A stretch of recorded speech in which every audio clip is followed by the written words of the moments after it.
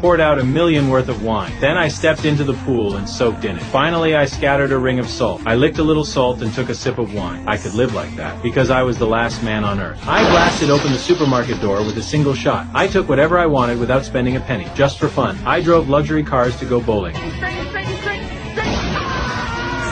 That carefree life lasted nearly 30 years. By now, I was almost a beggar. My mansion had turned into a junkyard. The pool had become a cesspool. It's so lonely, I thought of a female model I had met before. So I smashed the window, walked up to her and chatted with her. But in my clumsy attempt, I accidentally caused her to lose an arm. In that moment, I felt utterly hopeless. I sprayed an epitaph on a boulder. I planned to crash my car and end it all. But just before the final moment, I slammed on the brakes. I saw a wisp of smoke not far away. It meant there were other living people. I ran toward it. Sure enough, I found signs of human life.